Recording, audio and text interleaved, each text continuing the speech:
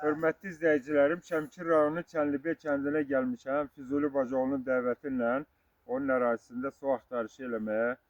Suya ehtiyacları var, qıtlıq var, Çənlibeldə su qıtlığı var. Bax, suyu axtarmışam, yerini müəyyən eləmişəm əvvəlcədən.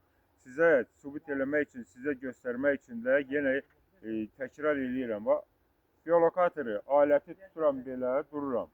Alət dönür. Alət dönəndən sonra onun arxasında o istiqamətə gedirəm.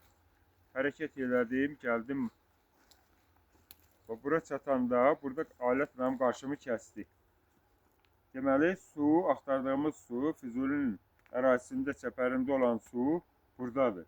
Burada da iki yer müəyyən eləmişəm. Biri, əgər əllə qazmalı olsa, quyu qazdırsa onun üçün, digərini isə maşınla, artizan qazdırsa ondan ötürü. Çünki artizan qazmaq üçün yeraltı bir gölməçə də var. Onun da yerini müəyyən eləmişəm ki, təxminən 55-60 granda artizanla o suyu götürəcəkdir.